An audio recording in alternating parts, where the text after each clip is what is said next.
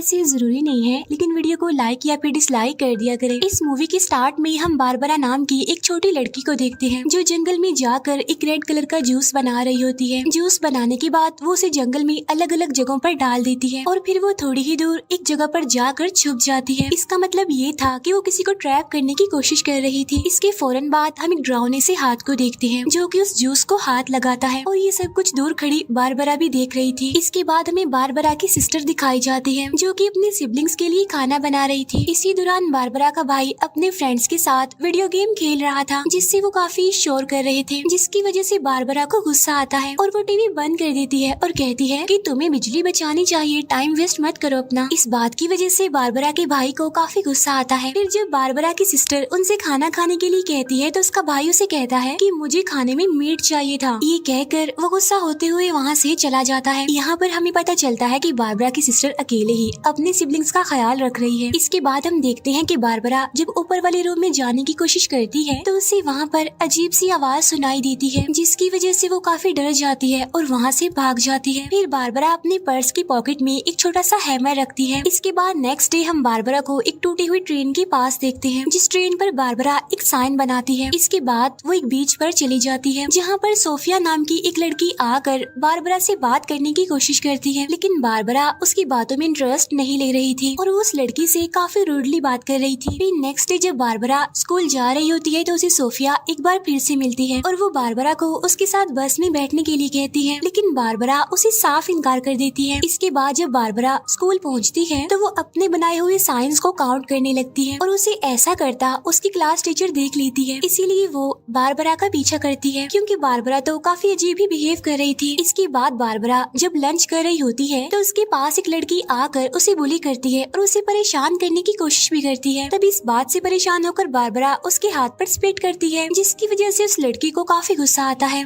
और वो बारबरा को मारने लगती है, लेकिन तभी बारबरा की टीचर उसे अपने पास बुला लेती है जिसकी वजह से वो बच जाती है। फिर बारबरा जब अपनी टीचर के पास जाती है तो उसकी टीचर तो उससे काफी अच्छे से बिहेव करती है और वो बारबरा से बात करने की भी कोशिश करती है, लेकिन बारबरा तो उससे भी काफी रूडली बात करती है और वहाँ से चली जाती है। अब बारबरा की ये बात उसकी टीचर को भी काफी बुरी लगती है। इसके बाद बारबरा जब पानी पी रही होती है तो वही बुली करने वाली लड़की फिर से वहाँ पर आ जाती है और वो फिर से बारबरा को मारने की कोशिश करती है, लेकिन बारबरा तो उससे बिल्कुल भी नहीं डर रही थी। लेकिन इससे पहले कि वो लड़की बारबरा को मारती वहाँ पर प्रिंसिपल आ जाते हैं जो उस बुली करने वाली लड़की को देखकर उसे एक हफ्ते के लिए सस्पेंड कर देते हैं। इसके बाद हमें एक बीच का सीन दिखाया जाता है जहाँ पर बारबरा के साथ सोफिया भी थी और इस बार बारबरा उसे गुस्से से बात नहीं करती बल्कि अब उन दोनों की दोस्ती हो चुकी थी और यहाँ पर सोफिया बारबरा की बहादुरी से काफी इम्प्रेस होती है क्योंकि उसने उस बुली करने वाली लड़की का काफी बहादुरी से सामना जो किया था। इसके बाद बारबरा सोफिया को जायंट्स की कहानी सुनाती है जिसमें सबसे पहले वो उस जायंट के बारे में बताती है जो सबसे पहले पैदा हुआ था कि वो तो साइज में बहुत ही बड़ा था, लेकिन अब क्योंकि वो अकेला था तो इसीलिए उसने खुद को मार दिया, जिसकी बॉडी से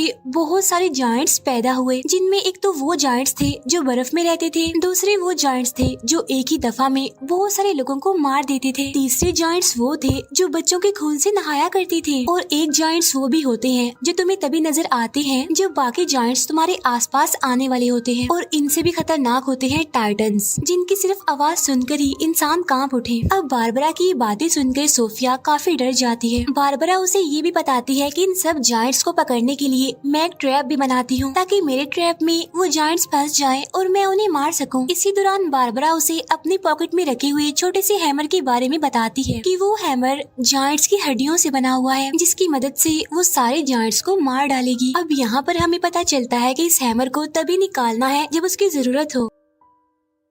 इसी दौरान सोफिया बारबरा की पॉकेट पर क्वास्की लिखा हुआ भी देखती है तो इसीलिए वो बारबरा से इस बारे में पूछती है, जिस पर बारबरा उसे बताती है कि असल में क्वास्की एक बास्केटबॉल प्लेयर था। तभी अचानक से बारबरा अपने आसपास बहुत सी अजीब चीजें नोटिस करती है तो इसीलिए वो वहाँ से जाने लगती है, जिस पर सोफिया उसे काफी रोकने की कोशिश भी करती है, लेकिन बारबरा उसे खुद से दूर रहने के लिए कहती है क्योंकि बारबरा का मानना था कि जो कोई भी उसके पास आता है तो उसे कोई ना कोई नुकसान हो जाता है। इसके बाद बारबरा जब जंगल से गुजर रही होती है तो उसे वहाँ पर जायंट्स के होने का एहसास होता है, इसीलिए वो उस जायंट को ट्रैप करने की कोशिश करती है, लेकिन वो जायंट वहाँ से चला जाता है। इसके बाद बारबरा जब अपने घर वापस आती है तो उसे ऊपर वाले रूम से फिर से किसी चीज की आवाज सुनाई देती है, तो इसीलिए वो हिम्मत करके वहाँ पर जाने की कोशिश करती है, लेकिन साथ साथ उसे वहाँ पर कोई बुला भी रहा था। और तभी हम वहाँ पर एक अजीब सी चीज का शैडो भी देखते हैं, जिसे देखकर बारबरा काफी घबरा जाती है और वहाँ से भाग जाती है। इसके बाद नेक्स्ट डे बारबरा फिर से अपने टीचर से मिलती है और इस बार वो अपने टीचर से काफी अच्छे से बात करती है। अब यहाँ पर हम ये जान पाते हैं कि बारबरा को ऐसा लगता है कि लोग बेवकूफ हैं, इसीलिए तो वो लोगों से ज्यादा बात नहीं करती। इसके बाद जब बारबरा स्कूल में होती है तो बाय मिस्टेक उसकी वो पॉकेट खुल जाती है, वही पॉकेट जिसमें उसने वो हैमर रखा हुआ था। अभी देखकर बारबरा काफी घबरा जाती है, क्योंकि उसे तो तभी खोलना था जब उसकी जरूरत हो। अब बारबरा जंगल की तरफ भागने लगती है, तब सोफिया उसे देख लेती है और वो भी उसके पीछे पीछे भागने लगती है। जंगल में जाकर बारबरा जब जायंट्स को ढूंढ रही होती है तो सोफिया उसे काफी समझाने की कोशिश करती है कि देखो ऐसी कोई भी चीज नहीं होती, लेकिन बारबरा उसकी बात नहीं मानती। इसके बाद उन्हें हिरन का मरा हुआ बच्चा मिलता है, जिसकी बॉडी की हालत काफी खराब थी, जिसे देखकर बारबरा तो समझ जाती है कि इसे जायंट नहीं मारा है, लेकिन सोफिया ये देखकर काफी डर जाती है और वो बारबरा को अकेला ही वहाँ पर छोड़कर भाग जाती है। इसके बाद बारबरा को एक जायंट दिखाई देता है जो उससे बताता है कि तुम एक बच्ची हो और बहुत कमजोर भी, इसीलिए तुम अकेली जायंट्स का सामना कभी भी नहीं कर पाओगी, क्योंकि जायंट्स बहुत जल्दी आ रहे हैं। तब ये सुनकर बारबरा काफी घबरा जाती है। इस नेक्स्ट सीन में हम बारबरा और उसकी टीचर को देखते हैं, और जब उसकी टीचर बेसबॉल गेम का नाम लेती है तो बारबरा काफी दुखी हो जाती है और रोने लगती है। अब उसकी टीचर उससे बात करने की काफी कोशिश करती है, लेकिन बारबरा वहाँ से जाने लगती है। अब उसकी टीचर उससे बार बार सवाल करने लगती है, जिसकी वजह से बारबरा को काफी गुस्सा आ जाता है और वो अपनी टीचर को स्लैप कर देती है और वहाँ से भाग जाती है। इसके बाद हम देखते हैं कि बारबरा अपने ख्यालों में इतना ज्यादा खोई होती है कि जब सोफिया उससे बात करने की कोशिश करती है तो बारबरा उसे भी पंच मार कर गिरा देती है। अब इस बात की वजह से सोफिया को बहुत गुस्सा आता है और वो वहाँ से भाग जाती है। इसके बाद बारबरा जब अपने घर जाती है तो उसकी सिस्टर उसका अजीब बिहेव देखकर उससे कहती है कि मैं तुम्हारी हेल्प करना चाहती हूँ, अगर तुम्हें स्कूल में कोई परेशान करता है तो तुम उसका सामना करो। लेकिन बारबरा उसकी भी एक बात नहीं सुनती और वहाँ से चली जाती है। अब क्योंकि बारबरा ने सोफी को पंच मारा था, इसीलिए वो बुली करने वाली लड़की सोफिया को बारबरा के खिलाफ भड़काती है और उससे बारबरा का सीक्रेट भी पूछती है। तभी सुनकर सोफिया उसे उसी बीच पर ले जाती है जहाँ पर वो अक्सर बारबरा के साथ आया करती थी। वहाँ पहुँचकर वो बुली करने वाली लड़की उन सारे ट्रैप्स को तोड़ देती है जो बारबरा ने बनाए थे। तभी बारबरा भी वहाँ पर पहुँच जाती है और वो उस बुली करने वाली लड़की को वहाँ पर देखकर काफी गुस्सा होती है। बारबरा उसे मारने के लिए अपना वो छोटा सा हैमर निकालती है, जिसे देखकर वो लड़की काफी हैरान रह जाती है, क्योंकि वो तो सिर्फ एक छोटा सा हड्डी का टुकड़ा था। लेकिन इससे पहले कि बारबरा कुछ समझ पाती, वो बुली करने वाली लड़की उसे पंच मार कर गिरा देती है। तब उस लड़की की बाकी फ्रेंड्स भी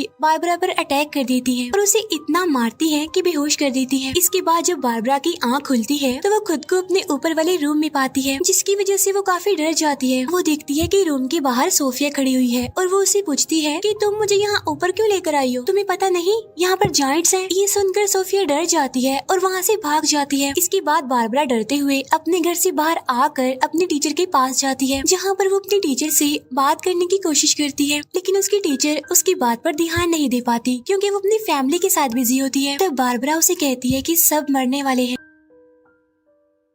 तभी ये सुनकर उसकी टीचर का हस्बैंड काफी गुस्सा हो जाता है। बारबरा की टीचर भी ये सुनकर काफी हैरान रह जाती है और उससे बात करने की कोशिश करती है, लेकिन बारबरा उसकी कोई भी बात सुने बगैर वहाँ से चली जाती है। इसके बाद हम देखते हैं कि बारबरा जायंट्स को पकड़ने के लिए अकेले ही जंगल में भाग रही होती है और वो एक जगह पर अपने आसपास नुकीली लकड़ियाँ लगाती है। इसके बाद वो जायंट्स के आने का वेट करती है। इसके बाद हम देखते हैं सोफिया को जो अपनी टीचर के पास जाती है और उन्हें लेकर वो जाती है बारबरा की सिस्टर के पास, क्योंकि बारबरा 2 दिनों से स्कूल नहीं आई थी। अब ये सुनकर बारबरा की सिस्टर काफी हैरान रह जाती है। इसके बाद सोफिया बारबरा के घर के अंदर जाती है, जहाँ पर उसे एक टेप रिकॉर्डर मिलता है, जिसे सुनने पर उसे पता चलता है कि क्वास्की ने एक टीम को हराया था और जिस टीम को उसने हराया था उसे जायंट्स कहते थे। क्वास्की यानी वही जिसका नाम सोफिया ने बारबरा की पॉकेट पर भी देखा था, और ऐसा होने के बाद ही क्वास्की का नाम जायंट्स किलर पड़ गया। इसके बाद हम देखते हैं कि सोफिया जब बारबरा से मिलती है तो बारबरा उस पर काफी गुस्सा करती है, क्योंकि सोफिया ने उसे धोखा दिया था और ये जो सब कुछ हो रहा था वो सोफिया की वजह से ही हो रहा था। और अब तो बारबरा के पास जायंट्स को रोकने के लिए वो हैमर भी नहीं है। तब बारबरा को एक बार फिर से वही जायंट दिखाई देता है जो उसे पहले भी दिखाई दे चुका था। इस बार वो जायंट्स बारबरा को धमकी देते हैं और उसे जंगल में आने के लिए कहते हैं। इसके बाद बारबरा जब उसे टूटी हुई ट्रेन में पहुंचती है जहां पर जायंट्स उस पर अटैक करने की कोशिश करते हैं, लेकिन वो अपने बनाए हुए साइंस को इलेक्ट्रिसिटी की मदद से एक्टिवेट कर देती है, जिसकी वजह से वहाँ पर आग लग जाती है और वहाँ पर जितने भी जायंट्स होते हैं वो सब मारे जाते हैं। इतनी ही देर में सोफिया भी वहाँ पर आ जाती है और वो ट्रेन को जलता हुआ देखकर काफी घबरा जाती है और इस बारे में वो बारबरा से पूछती है, जिस पर वो कहती है कि मैंने ऐसा करके तुम सबकी जान बचा ली है। इसके बाद वो वहाँ से चली जाती है। नेक्स्ट डे हम देखते हैं कि पूरे शहर का मौसम काफी खराब है और न्यूज में तो तूफान आने के बारे में बताया जाता है। इसी दौरान बारबरा की सिस्टर को उसका लेटर मिलता है जिसमें बारबरा अपनी बहन को सॉरी कहती है और तभी उसकी सिस्टर के पास बारबरा के टीचर की भी कॉल आती है जो उससे बारबरा के बारे में ही पूछती है। तब उसकी बहन बताती है कि बारबरा तो घर पर है ही नहीं। इसके बाद हम देखते हैं बारबरा को जो बारिश में भी उसी बीच पर होती है। वहाँ पर उसकी टीचर भी पहुँच जाती है जो उसे घर चलने के लिए कहती है, लेकिन बारबरा उनके साथ चलने के लिए इनकार कर देती है और कहती है कि मुझे अपना काम खत्म करना है क्योंकि वो आ रहे हैं, यानी जायंट्स आ रहे हैं और मेरे पास उन्हें रोकने के लिए हैमर भी नहीं है।